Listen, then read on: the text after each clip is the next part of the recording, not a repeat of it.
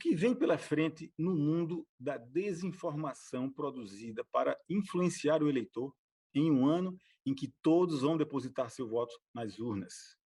Quais as iniciativas para combater o fenômeno da propagação de notícias falsas, da mentira, que ameaça a democracia brasileira? A Opinião Pernambuco de hoje está chegando para ajudar você a entender essa questão sobre as notícias falsas, entender o risco que corremos com as fake news em um mundo tão conectado e o que cada plataforma de redes sociais pode fazer para ajudar o eleitor. Quem está aqui conosco é Fred Batista. Fred é mestre e doutor em ciência política pela Universidade de Vanderbilt. Fred também é professor na Universidade da Carolina do Norte. Ele está lá nos Estados Unidos e é com ele que a gente vai conversar. Eu sou Josimar Paraíba e gostaria de começar pedindo ao Fred para responder para a gente qual o risco do eleitor diante da mentira como arma política em um universo tecnológico onde a informação é descentralizada. É com você, Fred. Seja bem-vindo. Obrigado, Josimar. O eleitor, eu acho que o risco não é tanto para o eleitor, o risco é para a democracia de maneira geral, né? O eleitor está exposto a conteúdo de todo tipo, ele precisa da informação para navegar a economia, para navegar a política, e a gente vive num mercado informacional, um mercado que tem oferta e tem demanda por informação, que hoje é amplamente ocupado por um bem que é a informação falsa. E o eleitor, o eleitor não apenas parte do eleitor deseja essa informação, procura essa informação e não sabe identificar. Os problemas são, para o eleitorado, o grande problema é que isso vai afetar a tomada de decisão, isso vai afetar escolhas, isso vai afetar a maneira como as pessoas se envolvem no processo eleitoral, como elas avaliam candidatos, o entendimento que elas têm da realidade, e isso pode ter consequências não só para ela, para a escolha que ela vai fazer, como para a maneira como ela vai se comportar, né? Porque as pesquisas têm mostrado sobre o efeito de fake news em eleições é que as fake news não tendem muito a mudar a opinião das pessoas, a preferência sobre o candidato, mas elas mudam o conteúdo do que as pessoas acreditam, né? Elas mudam o entendimento que a pessoa tem da realidade e como ela conecta isso com a escolha do candidato. Mas, do ponto de vista de persuasão, fake news, elas tendem a agradar os que já acreditam, já têm uma propensão a acreditar, elas não mudam as pessoas de lado.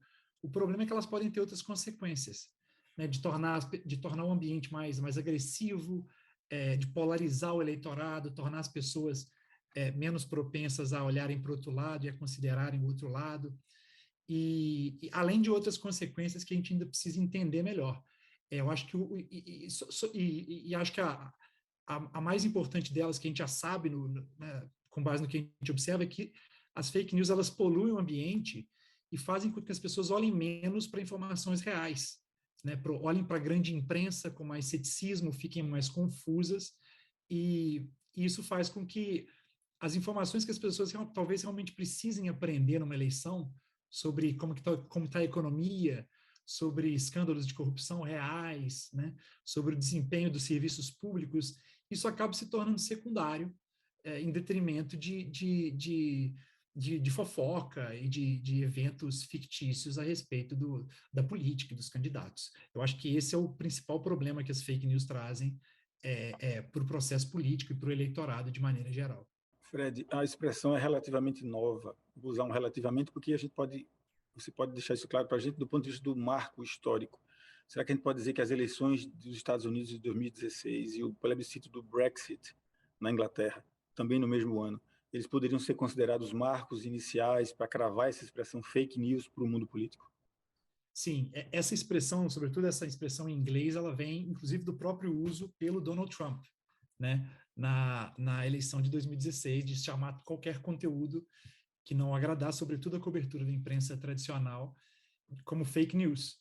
E o mais engraçado é que o jornalismo e a literatura se apropriaram disso de maneira, acho que, inteligente, que vamos chamar agora o que se chamava antes de notícias falsas, vamos chamar de fake. Para os americanos não muda muito, né? Mas fake news, e a gente exporta essa expressão americana do inglês para cá. Mas eu acho que vale ressaltar que as notícias falsas, o conteúdo falso, ele é isso que a gente chama de fake news é um subtipo de uma categoria mais ampla, que é a desinformação. A desinformação é conteúdo que circula e que é comprovadamente falso ou que não pode ser verificado.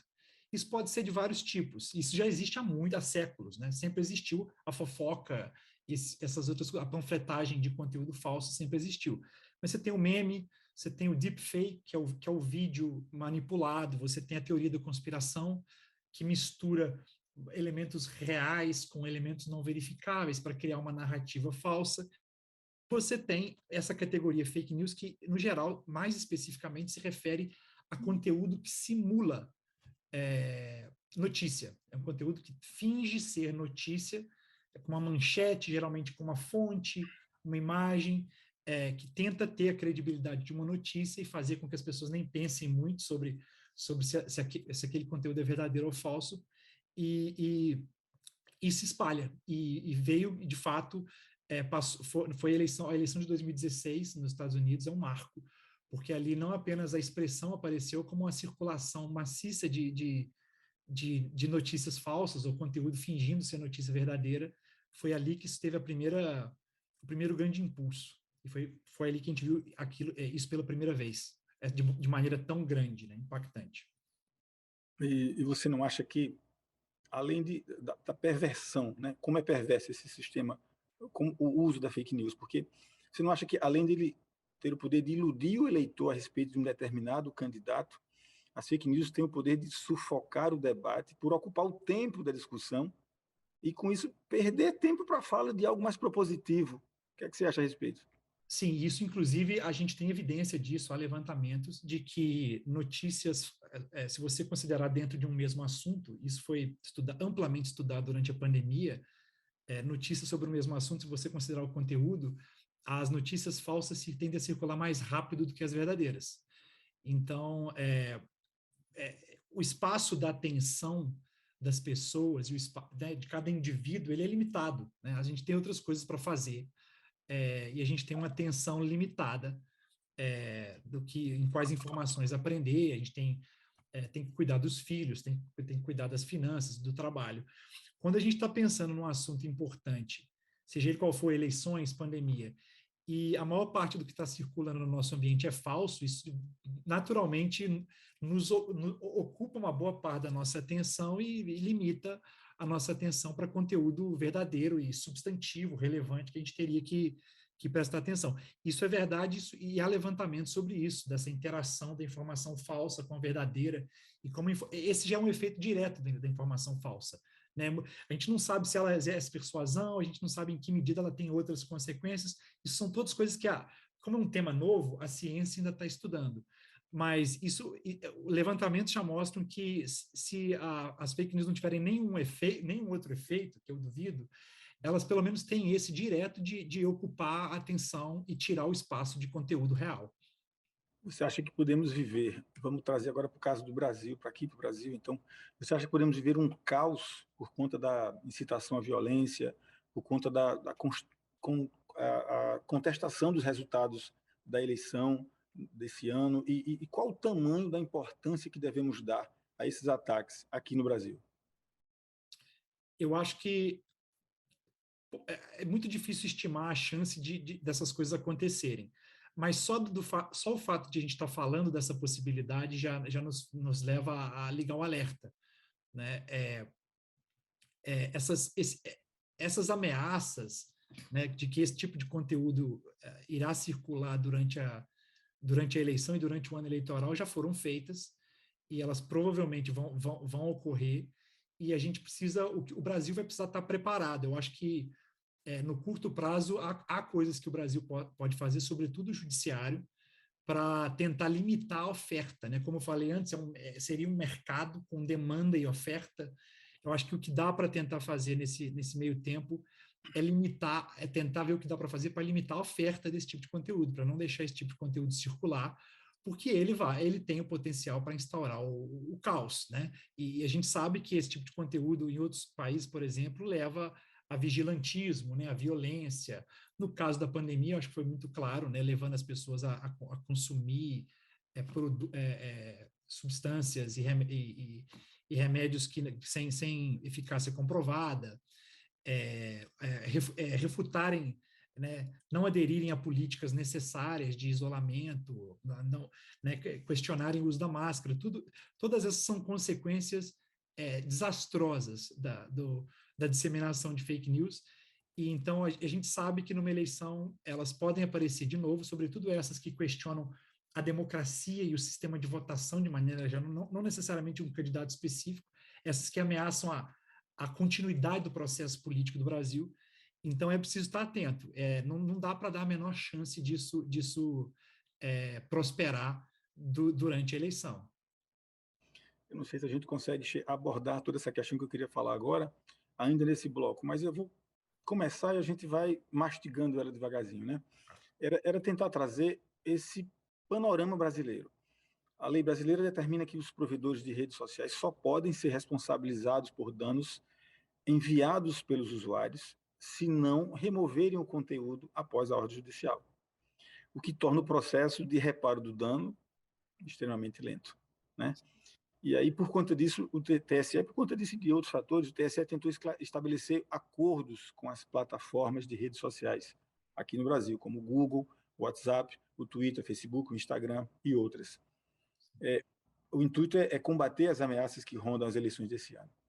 Você acha que as medidas tomadas por essas empresas, as medidas que eles já tomaram e os compromissos que estabeleceram nesse tete-a-tete com o TSE podem dar bons resultados? A gente tem exemplos como o WhatsApp, que prometeu criar um canal de denúncias para apurar fake news.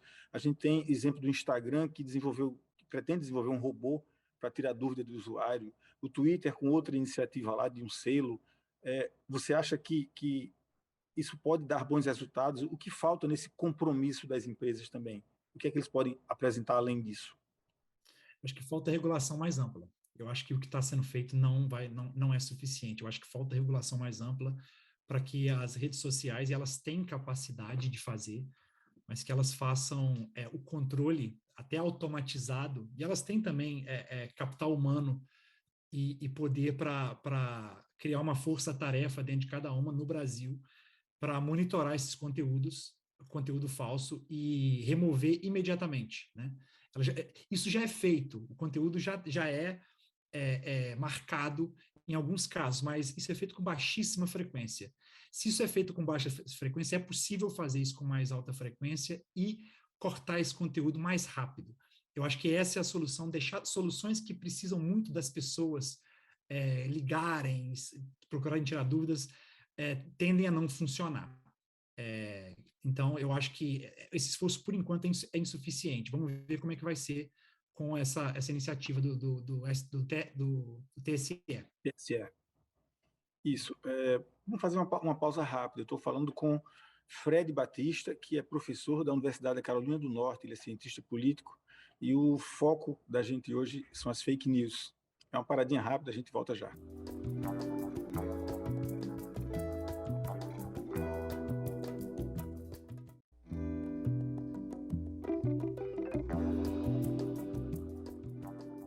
Olá, a Opinião Pernambuco está de volta. Eu sou Josimar Paraíba e a gente está falando hoje sobre o risco das fake news para as eleições de 2022.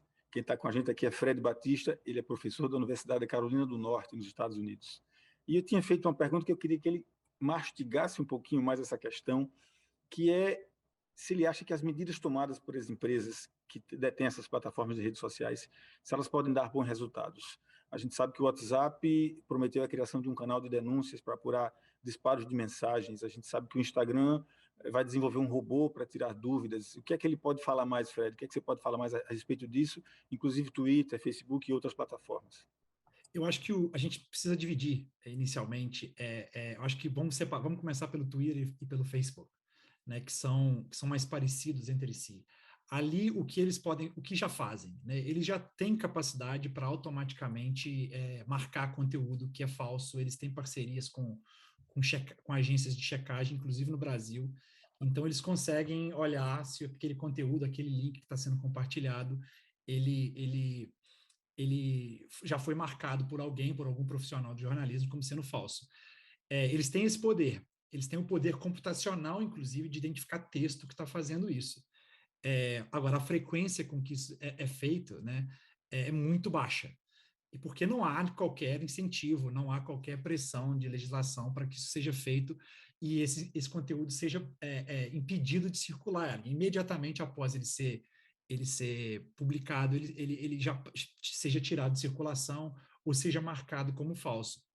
O Facebook faz isso, inclusive deixa o Facebook vulnerável e o Twitter a acusação de que eles selecionam quem eles vão bloquear e quais conteúdos, né? E acho que isso devia ser feito com base em legislação, com base em mecanismos bem estabelecidos, para que eles fizessem isso de antemão. A gente está longe disso ainda, mas as ferramentas para que isso seja feito já existem. O Facebook tem um problema com backlash nesse caso, né? Porque são clientes. Ele estaria cerceando a habilidade de clientes postarem conteúdo, né? Isso, eu ia pedir para você definir o que é o backlash. O backlash é você está sendo, não é exatamente um cliente, né? Mas você está, o usuário do Facebook deixar de usar o Facebook ou o Twitter porque um post foi marcado como falso, né? As plataformas elas têm o interesse de que as pessoas fiquem na plataforma e toda vez que elas fazem essa marcação, bloqueiam conteúdo, elas desagradam o público que está ali. Então, o Facebook e o Twitter têm esse aspecto. O Instagram e o YouTube, por exemplo, já é mais difícil, tem vídeo, mas eu acho que é até parecido. Eles conseguem, em vídeo, você tem algoritmos de inteligência artificial para identificar esse conteúdo rápido. Uma prova disso é que se você tentar publicar ou postar no YouTube um vídeo dos Beatles, né?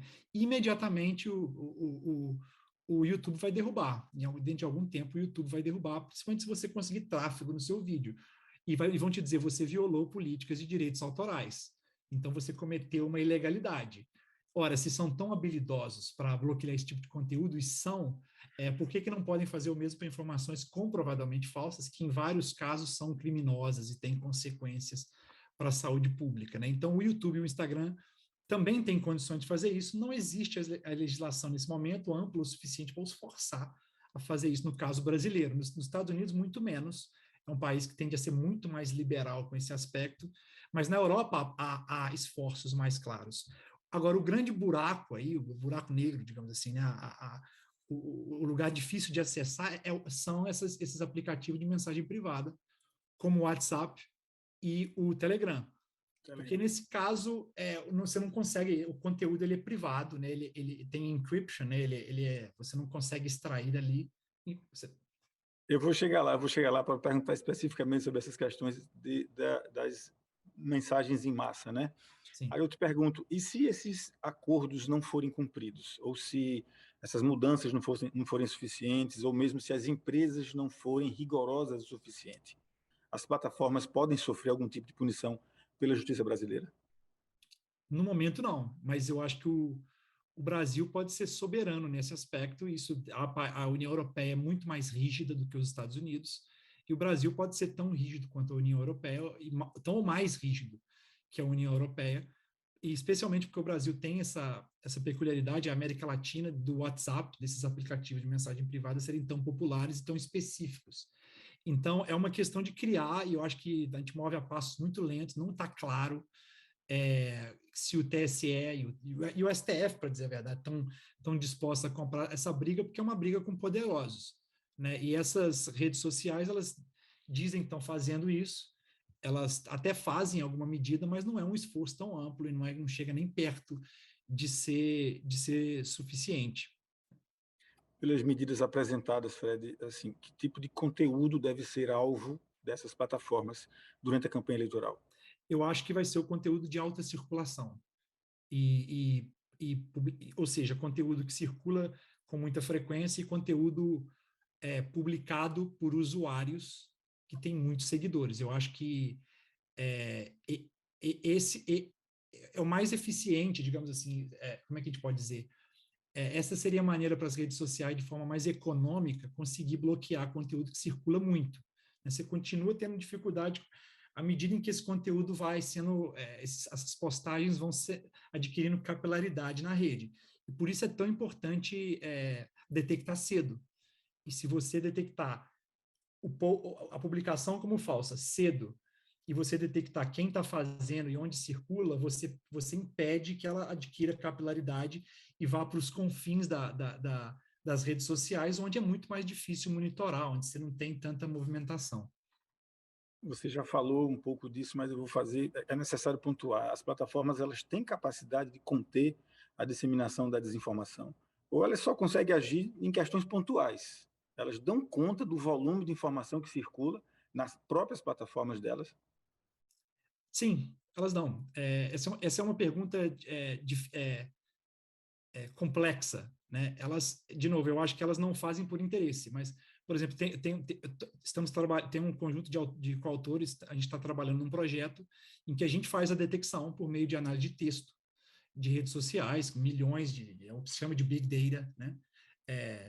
Milhões de posts, e a gente fez detecção de posts de políticos. A gente selecionou 1.000 políticos brasileiros, fizemos a detecção com base em agências de checagem e fizemos a nossa própria detecção de cada vez que vários políticos no Brasil compartilharam notícias falsas. Quando você compara o que a gente fez com o que o Facebook fez, e esse projeto nosso é financiado pelo Facebook, nós identificamos 15 vezes mais. Uma equipe de 6 pessoas. O Facebook tem um aparato de mais de 300 pesquisadores com doutorado e tem recursos para contratar e para formar uma força-tarefa enorme e detectou 15 vezes menos do que uma equipe de 6 pessoas. Eu acho que eles têm Mas capacidade, é possível. nesse caso não entra o componente da cultura, assim, o componente da informação cultural, da proximidade com essa cultura, desse universo. Está entendendo? Você ter mais a capacidade de identificar o que é uma fake news no que na leitura desses políticos brasileiros, do que essa equipe do Facebook, ou essa equipe do Facebook também tem brasileiros que entendem da cultura brasileira. Eu acho que o Facebook tem um escritório no Brasil e ele deveria, essa linha de trabalho deveria ser ampliada. Eu não sei exatamente o que está acontecendo, mas eu conheço gente que trabalha lá. É, mas isso deveria, o Facebook deveria expandir isso, sobretudo durante o período eleitoral, não só o Facebook, né, todas essas redes sociais deviam expandir esses esforços, porque poderio computacional e capital humano essas empresas têm. Acho que o problema aqui é o interesse econômico, é o de que ao fazer isso, você vai ter que bloquear muito conteúdo, você vai ter que melindrar muito usuário, isso reduz tráfego, que é um problema para essas empresas. A gente já está chegando perto do final, mas eu vou te perguntar agora especificamente a respeito do Telegram. O Telegram é um caso à parte nesse processo todo, porque ele nem dá respostas aos questionamentos das autoridades brasileiras.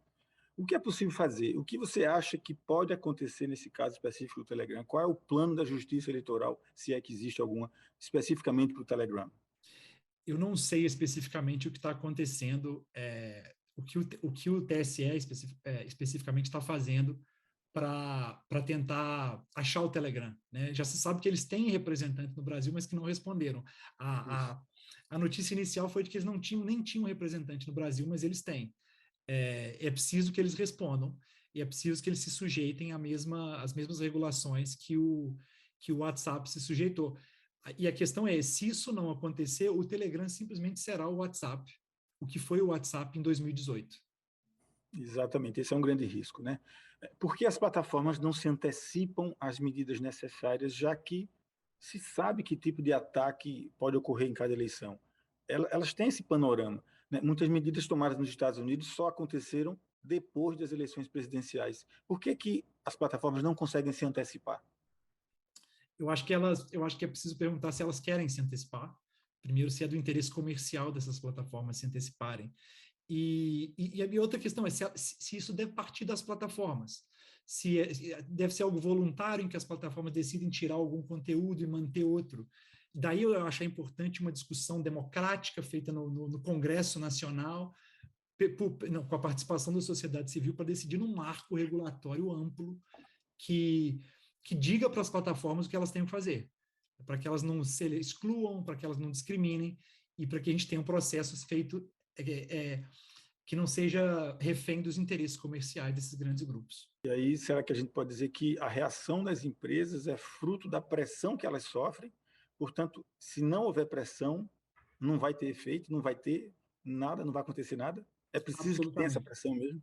Absolutamente, eu concordo com isso 100%. Elas respondem à pressão, elas têm os interesses comerciais, que são prioridade, e apenas com pressão democrática da sociedade civil, de políticos, de partidos políticos e grupos de interesse, apenas com a pressão desses grupos e do judiciário, do Estado brasileiro, essas plataformas vão responder, porque nessas circunstâncias haverá consequências. Né? É preciso que o país imponha, seja soberano, imponha consequências para que elas controlem o conteúdo. Elas não, enfim. Eu tenho menos de um minuto para fazer uma pergunta que era interessante que fosse feita, mas eu sei que a resposta seria muito grande. Como é que cada uma dessas empresas lidam com o limite entre liberdade de expressão e desinformação? Está entendendo? Como é que elas aplicam seus filtros? Como é que isso funciona lá dentro? O que é que você pode responder aí em 30 segundos? Essa é uma discussão operacional, mas, em geral, essas empresas têm uma desculpa geral de que elas são apenas intermediárias, né, entre um conteúdo que alguém posta e que alguém recebe. Mas a empresa de água, né, ela também simplesmente leva a água da fonte para a casa das pessoas, não significa que ela possa levar água podre para a casa das pessoas. Então, é preciso descobrir onde está o limite entre o que é aceitável ou não. E assim como a empresa de águas, as redes sociais têm a obrigação de garantir que o conteúdo que vai chegar para as pessoas não seja podre. O Opinião Pernambuco está chegando ao fim. Eu sou Josimar Paraíba e a gente começou hoje sobre fake news com Fred Batista, que é professor da Universidade da Carolina do Norte. Ele está lá nos Estados Unidos e a quem a gente agradece a participação. A Opinião Pernambuco de hoje fica por aqui. Até um próximo programa.